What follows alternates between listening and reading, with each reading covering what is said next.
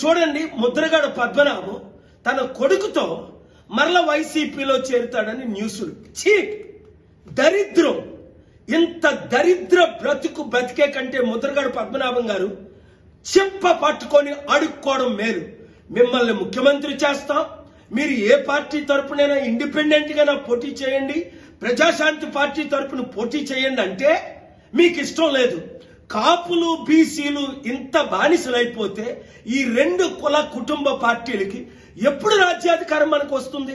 77 సంవత్సరాలు అడుక్కొని బతకడమేనా? ప్రజలారా, మీరు బుద్ధి చెప్పరా వీళ్ళకి? ప్రజాశాంతి పార్టీలో బాబు మోహన్ లాంటి వారు, గద్దరన్న లాంటి వారు ఐఏఎస్ ఐపీఎస్ అందరూ జాయిన్ అయిపోతుంటే ఎమ్మెల్యే ఎంపీ అభ్యర్థులుగా పోటీ చేద్దాం అన్నవారు 7569441275 కి ఈ రోజే కాల్ చేసి మా ప్రధాన కార్యదర్శితో మాట్లాడండి, కోర్ కమిటీని కలవండి.